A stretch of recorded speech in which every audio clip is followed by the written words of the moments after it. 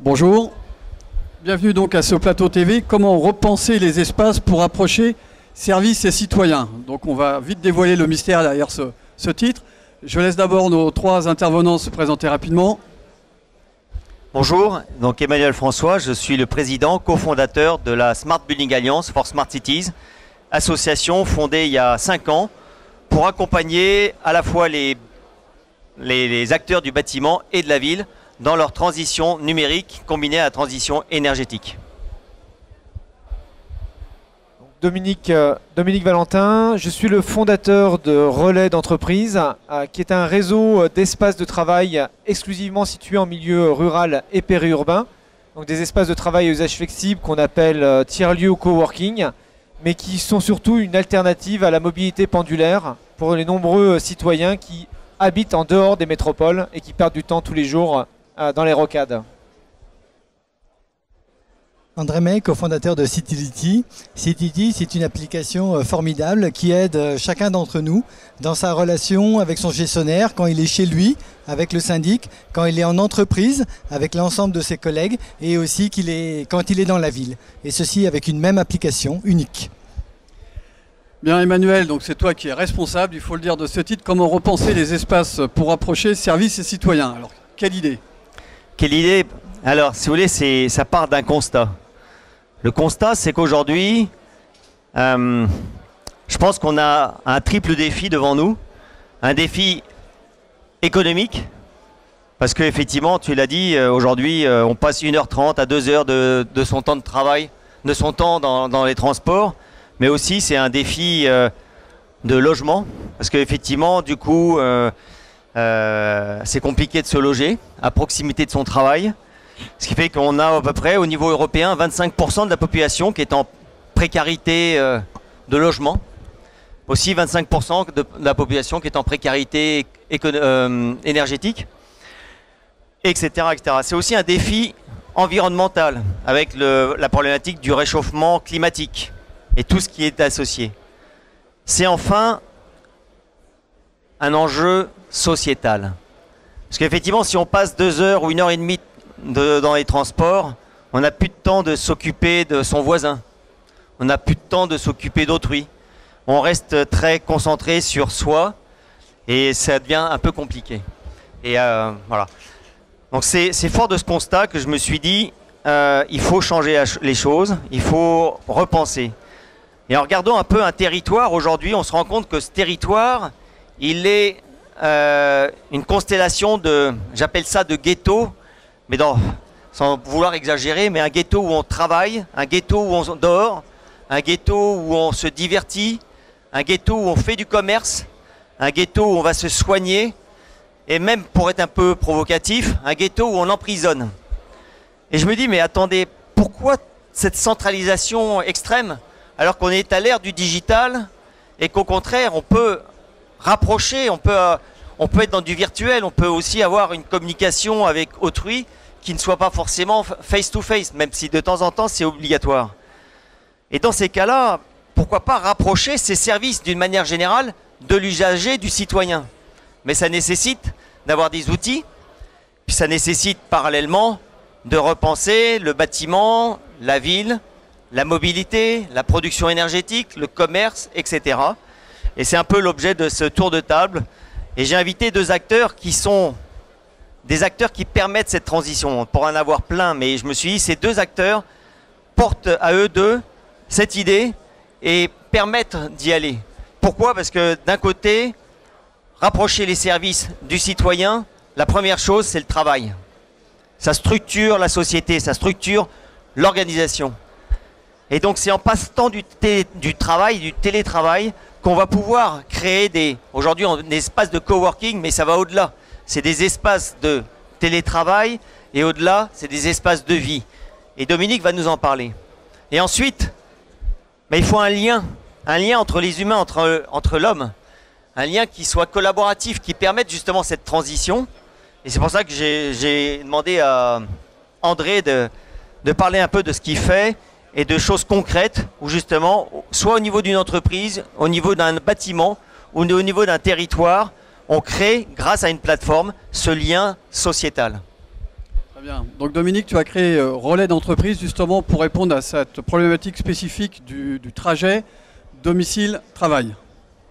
Oui, on connaissait les relais de poste qui sillonnaient les routes de France. Maintenant, il y a les relais d'entreprise. En fait, il y a un métier sur deux aujourd'hui qui peut se pratiquer à distance. Le numérique, les activités aujourd'hui peuvent être dématérialisées. Et quelque part, des fois, je fais le même parallèle avec l'adduction d'eau. À l'époque, dans les villages, on avait la fontaine et les maisons se construisaient autour du point d'eau. Et l'adduction d'eau a permis à l'habitat de se disperser et de s'éloigner de plus en plus d'un point central. Mais là, avec le numérique, c'est la même chose. Le fait de pouvoir travailler à distance va permettre de s'affranchir d'une mobilité subie, cette mobilité pendulaire, pour revenir sur une mobilité davantage choisie. Et c'est pour ça que nous, on a dit la chose suivante, il faut pouvoir avoir des alternatives à cette mobilité. Pourquoi ? Parce que si on veut résoudre la problématique de la saturation des rocades avec des solutions de transport, donc c'est-à-dire une nouvelle rocade, un pont, des transports en commun, même des véhicules autonomes, en fait, il y a une loi qui s'appelle la loi de Zahavi qui dit que tout temps gagné en mobilité sera réinvesti en mobilité. Et vous avez par exemple des villes aux États-Unis où ils en sont à 28 voies pour effectivement accéder à la métropole. Et en fait, construire des rocades, c'est exactement comme desserrer un cran de son ceinturon pour prévenir de l'obésité. On va accompagner l'obésité, mais en aucun cas, on va résoudre la problématique. Vous avez 28 millions d'actifs qui, en moyenne, font 28 km le matin, 28 km le soir pour aller travailler. Les déplacements pendulaires explosent partout dans le monde. Pourquoi ? Tu l'as évoqué, pression immobilière, concentration des activités économiques dans les mêmes zones industrielles et des mobilités aux mêmes heures. Vous avez sur des villes comme Toulouse, vous avez plus de 60 000 personnes qui, tous les jours, arrivent aux mêmes endroits entre 8h et 9h le matin. Donc impossible de réguler ce trafic-là.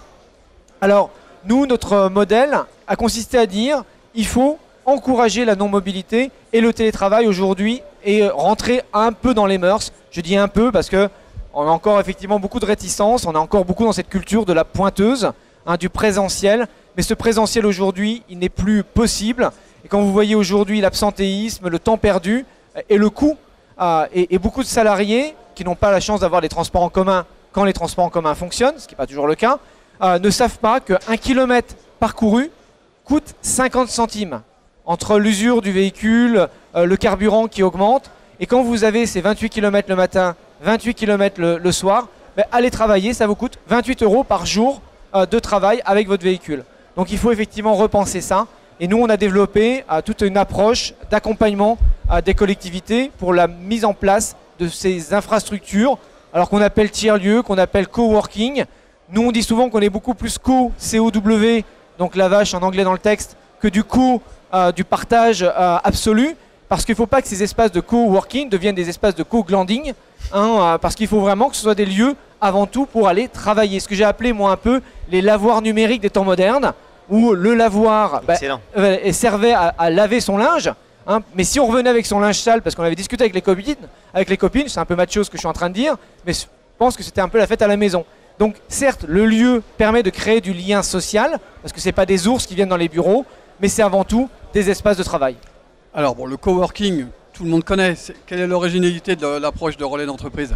Alors l'originalité de l'approche de Relais d'entreprise, c'est que justement, on s'est rendu compte que sur les territoires ruraux et périurbains, il n'y aurait pas la place et le potentiel suffisant pour avoir des infrastructures qui intègrent de la masse salariale.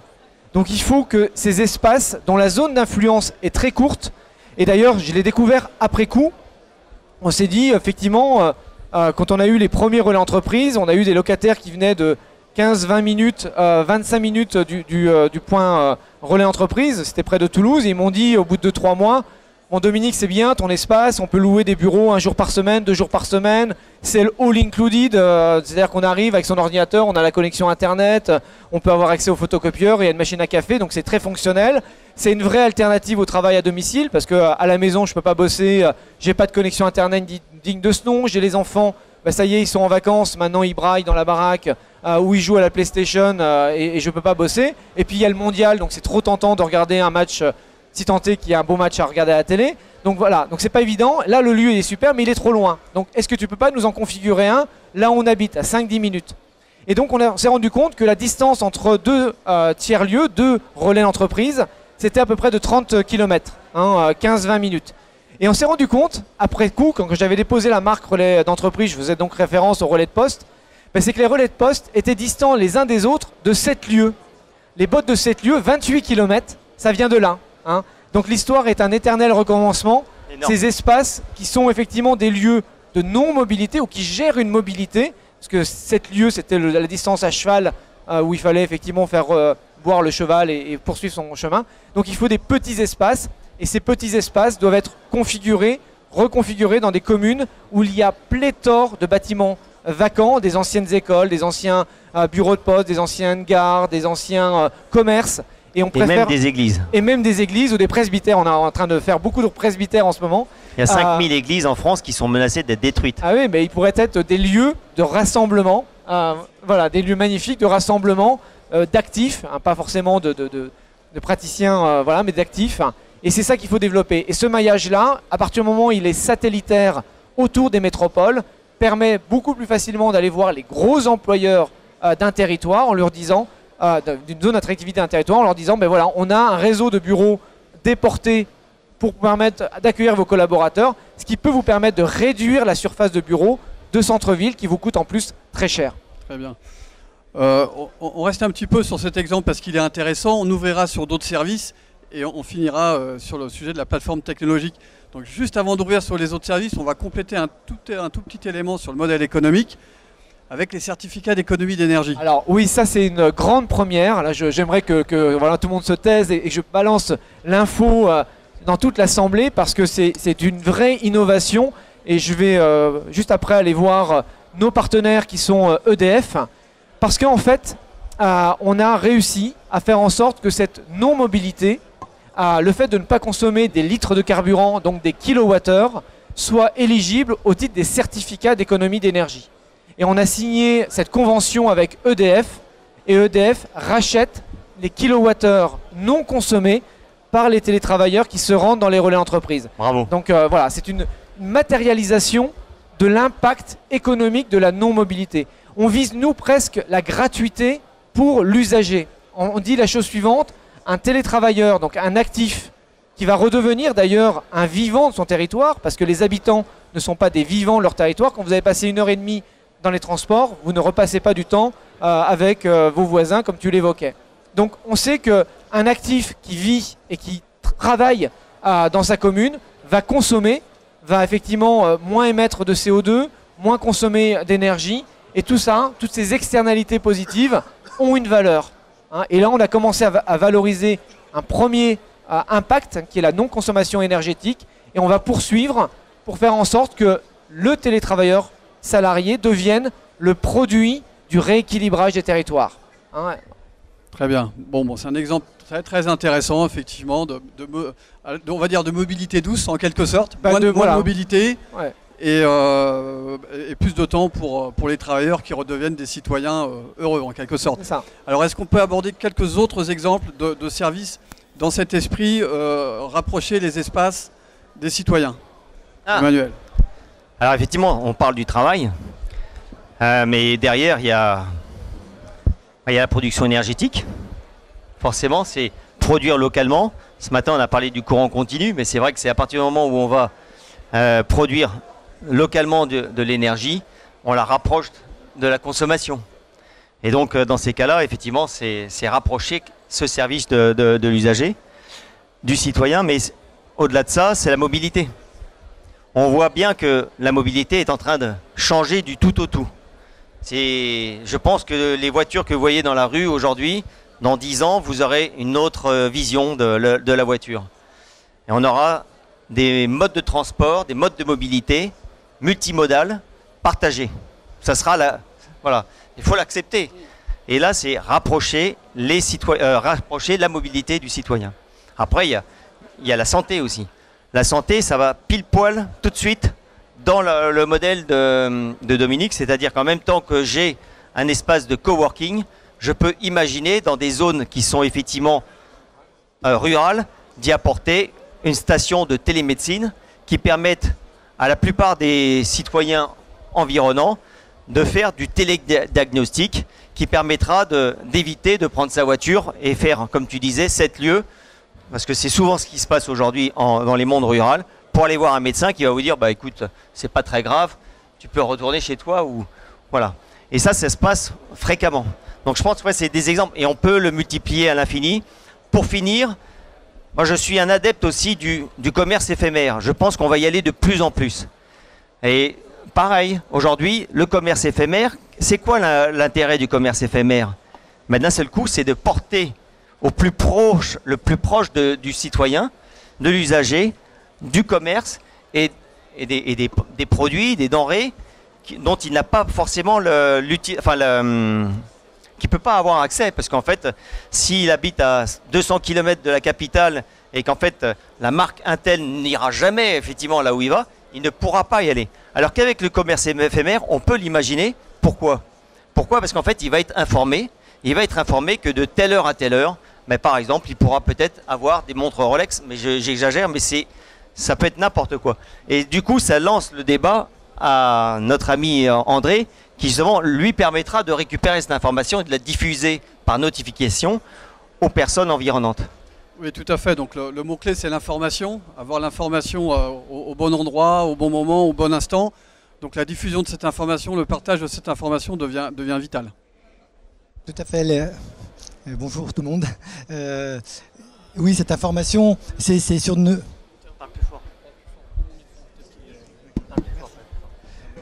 Oui, cette information, elle est très importante et il faut qu'elle soit accessible. Tout à l'heure, on a parlé de la notion de plateforme. Si on revient à la notion de plateforme, comment elle est arrivée à maturité. Au tout début, eh bien, quand Amazon s'est créé, il vendait des livres. Et puis après, il avait la notion de long trend. C'est-à-dire que pourquoi Amazon a gagné devant les autres, et il y en avait beaucoup qui vendaient des livres, c'est qu'il a vendu des livres qui étaient achetés peut-être 2, 3, 4 fois ou 5 fois dans l'année. Mais les gens se sont dit, les best-sellers, je les trouve bien sûr sur Amazon et sur n'importe quel site, mais ceux qui sont introuvables, je les trouve aussi sur Amazon. La deuxième chose, c'est que Amazon, après, a intégré d'autres magasins que lui-même, se faisant lui-même concurrence. Voilà, la notion de plateforme, ce qui est important, c'est qu'il faut qu'elle ait tout pour tout le monde. Et cette notion de plateforme et d'information, ça veut dire que dans une ville, eh bien, cette information, et on le voit avec certains de nos clients, si vous avez une information avec le canal EDF, le canal des relais par exemple, le canal de l'information au niveau de l'eau, des intempéries et du terrorisme et autres, eh bien, si vous avez 10, 20, 30 canaux d'information, eh bien, in fine, vous n'en avez aucun. Donc cette notion d'information, être au courant d'eux, elle est indissociable, de notre point de vue, de la notion de plateforme. Il faut qu'il y ait une plateforme qui soit proche de vous, en tant que citoyen, et aussi en tant qu'habitant, et aussi en tant que salarié. Donc voilà, la notion de plateforme, elle regroupe en un point unique toutes les informations. C'est des informations de ce type-là, c'est des informations éco-citoyennes, où sont les poubelles de verre, c'est des informations de mobilité. Eh bien, si une ville a signé avec Blabla Line, par exemple, qui est le blabla professionnel, eh bien, ça sera mis en avant. Si elle a signé avec quelqu'un d'autre, ça sera mis en avant. Mais c'est la notion de one-stop shopping pour un citoyen. Et ce citoyen, il est tour à tour, citoyen, habitant, salarié, voyageur et autres. Donc voilà, cette notion d'information, elle est indissociable d'une plateforme unique. Aujourd'hui, ce que nous avons en France, mais partout à l'étranger, c'est des canaux très différents. Et de ce fait-là, on ne touche pas le citoyen et on touche beaucoup moins sa fibre éco-citoyenne. Très bien. Et là aussi, une idée du modèle économique pour ces plateformes, c'est quoi? C'est du Google, c'est de l'Amazon. Comment tu vois ça? Alors, ici, de notre point de vue, le modèle économique, c'est à qui on apporte de l'efficience, à qui on apporte un bénéfice. Ce type de plateforme, si elle apporte un bénéfice à un syndic, à une société, à une ville, eh bien c'est cette ville, c'est ce gestionnaire qui va payer. Si on est dans un modèle de type 0 pour l'utilisateur, 0 pour le gestionnaire, eh bien c'est l'individu qui est le produit, et si c'est l'individu qui est le produit, eh bien ça veut dire qu'il va y avoir de la publicité, il va y avoir du traitement de données, il va y avoir de la vente d'informations. Et tout ça, nous pensons que ça pollue l'ensemble de la qualité de l'information qui est diffusée via ce type de plateforme. Ça, c'est important. Donc de notre point de vue, le modèle économique, c'est un modèle pluriel, c'est-à-dire que vu de l'individu, il est en relation avec l'ensemble des services et de l'information de sa ville, de son immeuble, de l'aéroport s'il va prendre l'aéroport ou de la gare. Et chacun des gestionnaires va payer une quote-part de l'information qu'il donne. Ça veut dire que c'est compliqué sans doute à mettre en place, parce qu'on a un business model avec plusieurs acteurs, mais in fine, ça doit être gratuit pour l'utilisateur, donc pour le citoyen, et l'ensemble des multicommunautés, enfin immeubles ou syndics ou bailleurs ou autres, eh bien chacun va payer un petit peu, et au total, on n'aura pas de publicité, pas de vente de données. Donc dans le cadre du RGPD d'aujourd'hui, vous savez que 80% du RGPD, c'est les données, et on a vu tous les scandales qu'il y a eu, enfin les derniers scandales avec Facebook, avec l'offensive Apple de l'autre côté, eh bien c'est que c'est pas neutre de vendre ces données, parce qu'il peut y avoir des manipulations d'élection de président pour aller jusque-là, et sans aller jusque-là, des manipulations au niveau des achats. Donc de notre point de vue, le modèle de la plateforme, c'est on sait ce qu'on a, on sait ce qu'on apporte au gestionnaire, et c'est gratuit, et il n'y a pas de publicité, c'est gratuit pour l'utilisateur, il n'y a pas de publicité, pas de vente de données, ni autre vente de type quelqu'un qui dit qu'il va faire du vélo, on ne va pas lui envoyer une pub de Decathlon par exemple. D'accord. Un mot de la fin pour Emmanuel. Donc SBA, c'est Smart Building Alliance. Que vient faire le building ? Que vient faire le building dans cette histoire ? Alors c'est Smart Building Alliance for Smart Cities. For Smart Cities, ça a été rajouté. Voilà. Que vient faire le building dans cette histoire ? Eh bien, à partir du moment où... non, tout d'abord, je vais dire, on l'a dit tout à l'heure, Dominique l'a bien dit, aujourd'hui, d'une manière générale, à l'échelle de la planète, mais notamment à l'échelle du territoire français, en général, les bâtiments sont occupés moins de 50% du temps.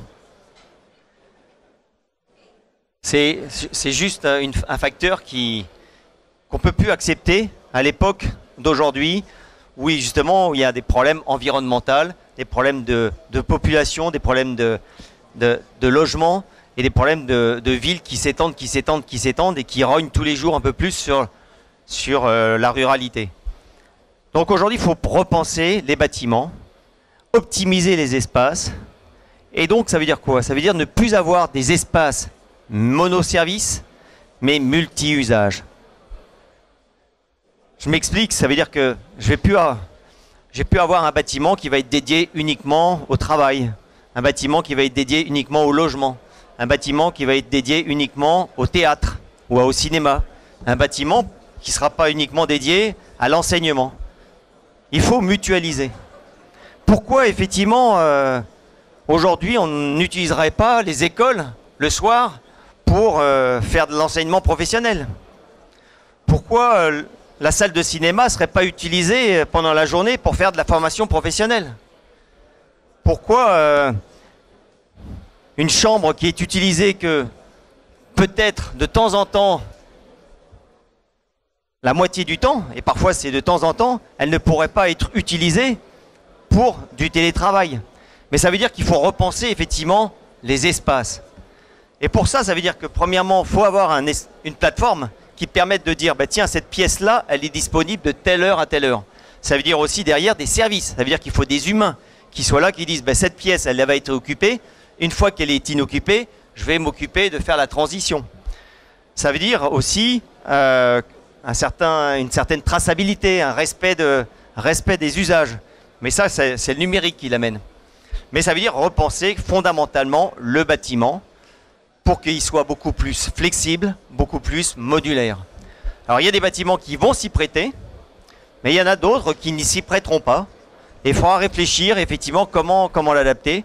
De toute façon, tu l'as dit, il y a quelque chose qui arrive, c'est qu'avec le télétravail, on va remettre, je l'espère, fondamentalement des personnes, des citoyens en ruralité. La combinaison de ce qui va accompagner ça, c'est l'autre révolution, la révolution de la mobilité, avec la mobilité partagée. À partir du moment où effectivement on a des citoyens qui vont rester en ruralité, bah effectivement on va pouvoir imaginer d'avoir des bâtiments beaucoup plus flexibles et repenser un peu ces espaces. Et il y a des bâtiments qui vont perdre de la valeur, forcément, parce qu'en fait ils seront mal placés ou ils seront plus du tout adaptés à l'usage. Aujourd'hui, les grands promoteurs immobiliers ont bien compris ça. Et aujourd'hui, leur maître mot, c'est quoi? C'est des bâtiments réversibles, multi-usages et pluriels. Et bien entendu, derrière, c'est les territoires qui vont suivre. Et par rapport à ça, c'est de dire que le côté smart building, smart city, finalement, c'est l'individu qui est smart. S'il est smart chez lui, il va être smart dans son entreprise, dans son building et aussi dans la ville. Et c'est important d'avoir cette notion-là. Et puis je rebondis sur l'aspect du trajet. En France, on sait qu'on a un chômage très élevé, et puis de l'autre côté, on a une tension, on ne trouve pas les gens qu'on veut. Eh bien, si une personne, et une des 3 premières causes, c'est l'éloignement. Eh bien, si on a un tiers-lieu qui permet d'aller là, c'est un emploi de plus, une société qui trouve, et un chômeur de moins pour la société, et qui aura bien sûr plus de bien-être chez lui. C'est des notions importantes, et il va falloir aussi anticiper sur des phénomènes. On parlait de technologie, et si on prend par exemple le véhicule autonome, et je me suis amusé au 1er avril à lancer une fake news sur les réseaux sociaux qui consistait à dire que le temps de trajet à domicile-travail était considéré à présent comme du temps de travail. Pourquoi? Parce que dans certains pays, notamment dans les Pays-Bas, ils ont mis en place des bus connectés, et à partir du moment où les salariés rentrent dans le bus, c'est considéré comme du temps de travail.